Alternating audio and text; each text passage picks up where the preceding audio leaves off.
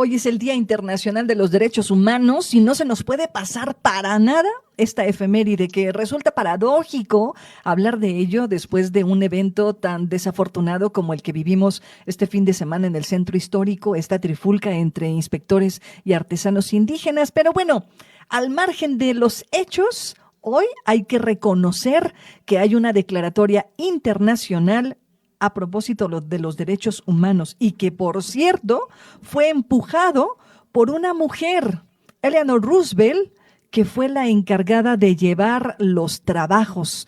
Hoy, mi querida Maricruz Ocampo, pues, por cierto, desde un evento también estratégico en materia de derechos humanos, allá con la Fiscalía General del Estado. ¿Cómo estás, Maricruz? Muy buenos días.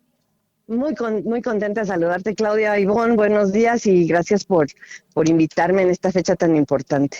Bueno, al contrario, mi querida Maricruz, a ver, platícanos. Yo no tenía ni idea que Eleanor Roosevelt se hubiera encargado de los trabajos de esta Declaración Universal de los Derechos Humanos, y evidentemente es la mano del feminismo a propósito de lo que implican los derechos humanos en el mundo y en este país, que bueno, punto y aparte podríamos platicarlo también.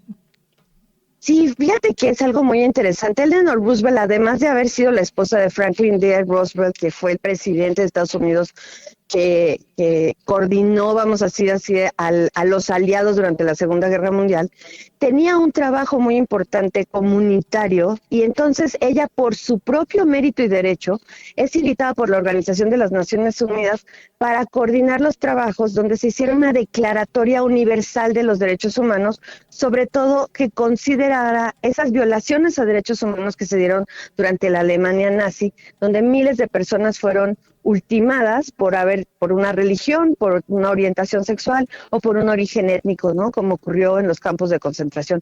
Entonces, eso lo hace muy interesante, pero además Eleanor Roosevelt se empeñó en que no se llamaran los derechos del hombre, sino los derechos humanos de todas las personas, porque cuando se vuelve androcéntrico el tema, vamos a decirlo así, cuando todo gira alrededor del hombre, muchas mujeres, las niñas, los niños y muchas otras personas quedan fuera.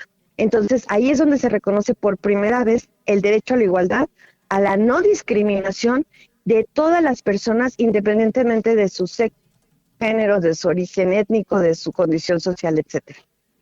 Oye, Maricruz, y a propósito de esta mirada de la que hablas, esta mirada de una mujer que construye y que va empujando esta declaratoria de los derechos humanos con esta particularidad, ¿cómo lo miras a estos años de distancia? Fue en 1948, después de esta terrible Segunda Guerra Mundial, pero que bueno, en el mundo no ha cesado de haber conflictos y mucho menos violaciones sistemáticas a los derechos humanos. Maricruz, ¿cómo estamos hoy? ¿En dónde estamos parados?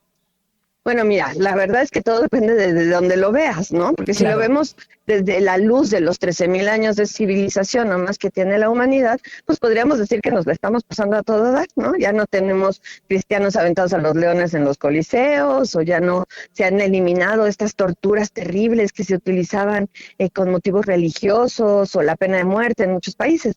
Sin embargo, sí hay un atraso, hay un retroceso que estamos viendo en este momento a raíz de la elección de gobiernos de ultraderecha, como en el caso de Donald Trump, como en el caso de Milei, como en el caso de Turquía, también con Erdogan, donde muchos de los derechos están siendo sacrificados o puestos en tela de juicio, argumentando que eso es lo que la gente quiere, porque la gente quiere que se ponga orden, ¿no? Entre comillas. Y eso pues no nos tendría que preocupar a todos y todas, porque los derechos garantizan libertades, garantizan poder vestirte como quieras, estudiar donde quieras, casarte con quien quieras, viajar por donde tú quisieras, ¿no? Y pero también te garantizan acceder a cosas que necesitas para que la protección de tu dignidad, la salud, la educación, la vivienda digna, el agua, el internet, etcétera. Entonces, tienen que trasladarse y entenderse que son exigibles y son justiciables, que no son una mera utopía, ¿no?, a la que aspiramos como humanidad, pero que en nuestro país los derechos humanos son exigibles y justiciables y son sancionables los funcionarios y funcionarias públicas que no los cumplan. Y eso a veces lo perdemos de vista. Oye, y bueno, no puedo aguantarme las ganas, Maricruz, de preguntarte, a propósito de lo que vimos este fin de semana, esta muestra de violación de los derechos humanos. Como dicen en el pueblo, haiga sido como haiga sido, hay una evidencia pública de una violación a los derechos humanos de un sector.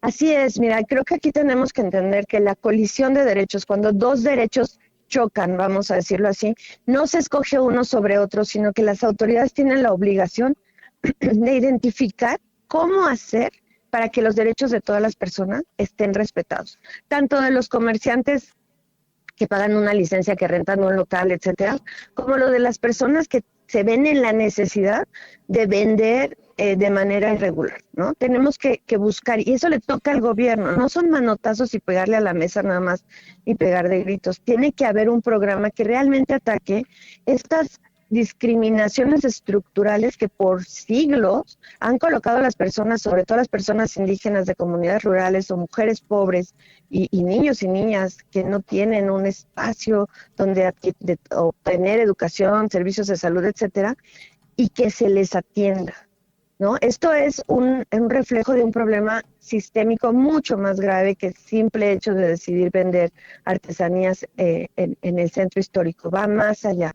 Y se tiene que además considerar cuáles son sus necesidades, qué es lo que sería importante atender. Ahora, también hay que entender que el problema con este tipo de situaciones es que se llegan a contaminar, sí, por partidos políticos, eso sí lo tengo que decir, ¿no? De todos los colores, porque todos los colores los utilizan y los han utilizado como carne de cañón, pero también por el pseudoactivismo, ¿no? Este activismo que de alguna manera se vende incluso a los gobiernos para manejar a los grupos de personas, a esas personas que les han creído y que les hacen caso y a las que las ofrecen, ¿no? Como si fueran mercancías. Tanto como amenaza en una cuestión de extorsión de si no me das voy a hacer esto con mi grupo, o también como para tranquilizar, ¿no? Diciendo si me das dinero yo los mantengo a raya. Y eso es algo que también se da desafortunadamente en la defensa de derechos humanos. Híjole, entonces estamos frente a un escenario en donde los derechos humanos pues también son una mercancía de intercambio y hasta, claro, como dices tú, se utiliza como moneda de extorsión. Y no nada más eso, como discurso político, ¿no? Se oye muy bonito decir yo estoy a favor de la libertad, y estoy a favor de la expresión, y estoy a favor, pero, ¿no? Pero la de algunas personas nada más, porque eso es lo que ocurre también, ¿no? Ningún político va a decir yo estoy en contra de la libertad de expresión. Están a favor de la libertad de expresión siempre y cuando no sea en contra mía. Estoy a favor de que haya libre manifestación siempre y cuando no sea atacando mis políticas públicas. Estoy a favor del acceso a la salud, pero para un cierto sector, ¿no? Incluso lo puedo decir, gente a la que le dices dame tu credencial de elector o incluso dime por quién votaste, ¿no? Entonces sí, ahí claro, tenemos que tener mucho cuidado, mucho cuidado. Los derechos humanos son universales, claro. Sí, claro. Hasta donde el discurso de la defensa de los derechos humanos se convierte en una práctica y no se queda solamente en un tema nominal, es decir, solamente en el discurso político. Es que ese es el problema, ¿no? O sea, el discurso es muy fácil y el discurso es hueco. Yo siempre los escucho y digo, mira qué bonito tu discurso.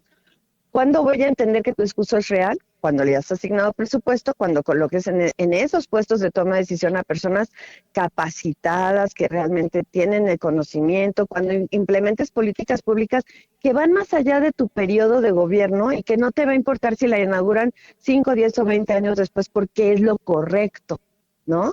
Entonces, esta miopía política también, ¿no? Porque es el ver a corto plazo y lo que voy a poder ir a inaugurar yo, lo que voy a poder lanzar yo, pues también genera en muchas ocasiones violaciones a derechos humanos. Mi querida Maricruz, hoy estás en un evento allá en la Fiscalía, al que obviamente no fue convocada la prensa, pero quiero preguntarte, pues, ¿de qué va el evento y qué es lo que esperas de esta presentación que están haciendo a propósito de justo la Defensoría de los Derechos Humanos, es decir, los documentos, la operación de defensa de los derechos humanos en Querétaro? Ok, esto es muy interesante porque este es el programa de derechos humanos de la Fiscalía, no de la Defensoría, de la Fiscalía. De la Fiscalía. No te puedo decir cómo está el evento porque me salí a tomar esta llamada, ¿no? Para platicar contigo. Pero ¿qué espero? Espero que haya un cambio importante al interior de la Fiscalía en materia de atención a las víctimas, en materia de prevención incluso, ¿no? De capacitación de sus fiscales, fiscalas, policías, investigadores del delito, etcétera. Pero también me gustaría ver un programa de contención emocional para todas las personas que trabajan en las fiscalías y que se ven muy constantemente estresadas por el tipo de trabajo al que tienen que acceder, ¿no? Entonces, eso es lo que me gustaría escuchar y además que se traslade a todos los rincones de este estado y no se quede concentrado solamente en el municipio de Querétaro como normalmente nos pasa. Efectivamente. Mi querida Maricruz, estamos al habla. Te agradezco mucho que hayas tomado esta llamada telefónica y ándele pues, regrese a su evento. Bien. Bueno, y luego te platico cómo me fue. Muchas gracias, saludo a ti y a todo tu auditorio. Muchísimas gracias, Maricruz Ocampo. Y bueno, pues el día de hoy está